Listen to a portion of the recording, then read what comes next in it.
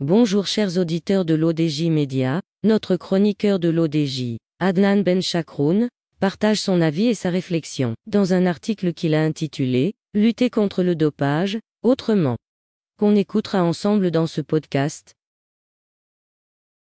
L'auteur débute son article de la manière suivante. Rabat haute du 33e Congrès africain de médecine du sport au Maroc, la lutte contre le dopage doit devenir une priorité.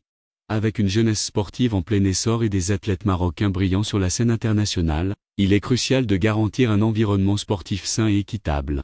Cet article aborde la lutte contre le dopage sous un angle novateur, en mettant l'accent sur l'éducation et la prévention.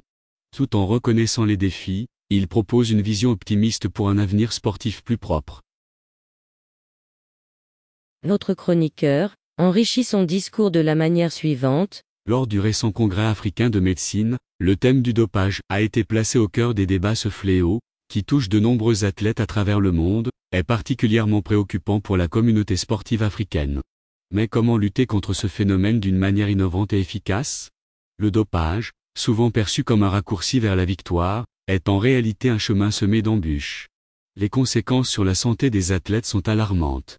Au lieu de se concentrer uniquement sur la sanction, il est essentiel d'adopter une approche holistique. Éduquer les athlètes sur les dangers du dopage, renforcer les contrôles, mais aussi offrir un soutien psychologique, sont autant de mesures qui peuvent faire la différence. Comme l'a si bien dit un philosophe, la connaissance est le premier pas vers la guérison. Il est crucial de reconnaître que le dopage n'est pas seulement le fruit d'individus cherchant à tricher. C'est souvent le résultat d'un système qui valorise la victoire à tout prix. Les pressions exercées sur les athlètes, qu'elles soient financières, sociales ou même politiques, peuvent les pousser à franchir cette ligne rouge. Il est donc impératif de changer cette culture du tout pour la victoire, pour protéger nos sportifs. Imaginez un instant un athlète dopé courant si vite qu'il laisse ses chaussures derrière lui. Ou encore un haltérophile soulevant une barre si lourde qu'elle se plie comme du caoutchouc. Bien sûr, ces scénarios sont fictifs, mais ils illustrent l'absurdité du dopage. Parfois, un peu d'humour peut aider à faire passer un message sérieux. Certains prétendent que le dopage est encouragé en secret par de grandes organisations, pour booster les audiences télévisées. D'autres croient que les extraterrestres sont derrière tout cela, cherchant à étudier les capacités humaines maximales. Bien que ces théories soient sans fondement, elles montrent à quel point le sujet est sensible et sujet à interprétation. Il est crucial de distinguer les faits des rumeurs.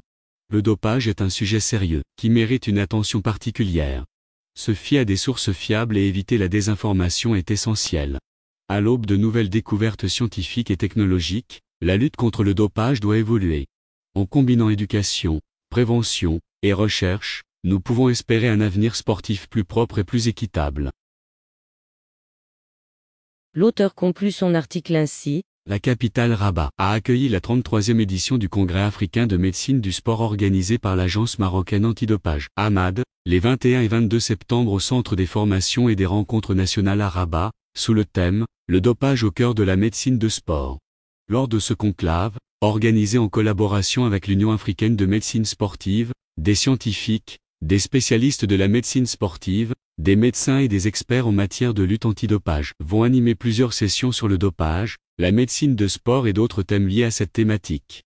Plusieurs thématiques ont été au programme de ce congrès, notamment la mort subite des sportifs, l'alimentation des sportifs d'élite, les maladies chroniques, l'activité physique, la psychologie du sport, la maladie cardiaque dans le sport, l'effet du dopage sur la santé, l'addiction aux produits dopants, l'usage des médicaments traditionnels pour améliorer la performance, les compléments alimentaires infectés et les faux médicaments qui circulent dans les salles de sport.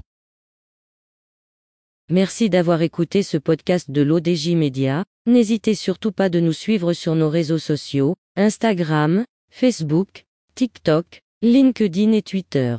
Alors, on se dit au prochain podcast de nos chroniqueurs de l'ODJ, et à très bientôt.